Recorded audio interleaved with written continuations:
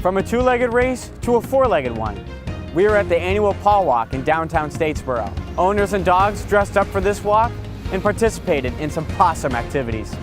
Georgia Southern baseball is well into 8 games since the season has begun. It's not been perfect, but there's still plenty of baseball to be played. Your newsroom's Justin Helms caught up with the team to see how they're doing so far. Ever since last week, when Russia officially invaded the country of Ukraine, creating a disturbing state of chaos for Ukrainian citizens and surrounding countries, putting the entire globe on high alert. Your newsroom's Elise Taylor caught up with students and got their thoughts on the conflict. The University Programming Board marked the end of Black History Month by hosting Soul Fest, which invited the campus to come together and celebrate Black culture. Isabella was there for this week's 1 Minute of Happiness. Plus, the period equity movement is helping out students in need of menstrual products. We show you where you can find resources all over campus. Spring break is just days away. Are you ready? We show you what spring break could look like this year with relaxed COVID guidelines. Well, I hope that guy in the tank top finds some time to live his life outside of the library. But anyways, good luck on your midterms, everybody. Well, the first time Georgia State and Georgia Southern met was February 19, 1972, which happens to be 50 years to the date of their next game, what this whole block party is for. Sugar Magnolia's new location is scheduled to open up right here in Main Street Village within the coming weeks. Until then, you can check out their original spot downtown. While she is an avid supporter of all Georgia Southern athletics, basketball, in particular men's basketball, has a special place in Miss Yates' heart. She has not missed a home game here since 1986, and that's even with last year's COVID regulations in effect. The company, just 5 years ago, introduced EA Competitive Gaming. Royce Dickerson, executive producer of Madden Competitive Streaming, doesn't think the trend is going away anytime soon. Thanks for that report, Isabella. And that'll do it for this week. Thanks for joining us. We encourage you to connect with us on social media at @your_newsroom. For now, for Isabella, Aaron, and all of us at your newsroom, I'm Asa Baurle, and we'll see you next week. So long. Your newsroom's Asa Baurle gives us an inside look at the newly renovated Georgia Southern Museum. When the museum closed fall of 2019, staffers saw it as an opportunity. The roof had sustained structural damage and the exhibit halls needed to be renovated.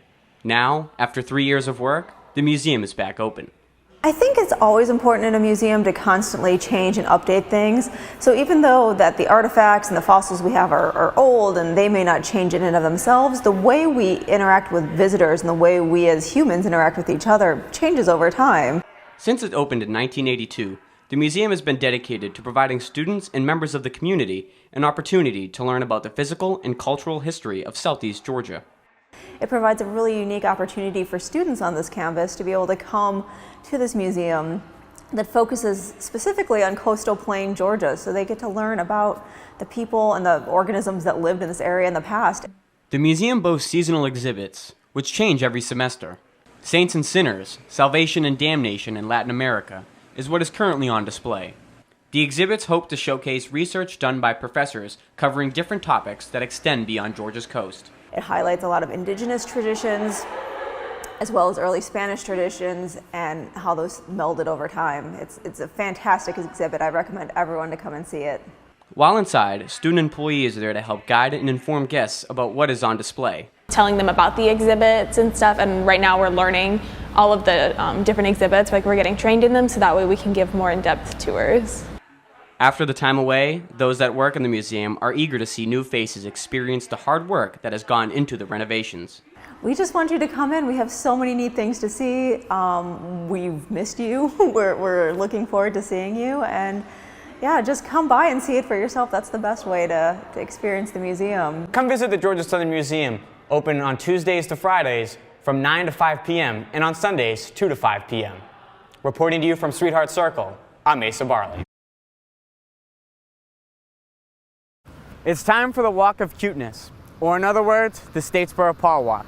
It's the 8th time the city has put on the annual event, and it certainly didn't disappoint. I was there and filed this 4-legged report. Pups and their parents celebrated the 8th annual Paw Walk last Friday in downtown Statesboro. A costume contest was held, which let pet owners dress their furry friends up and strut their stuff. This year's festivities coincided with First Friday, an event where local stores and food trucks set up pop-up shops downtown.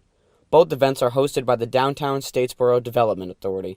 And I plan all the downtown events, including this one. It's a First Friday event, and this is one of our projects as a development authority building out the dog park.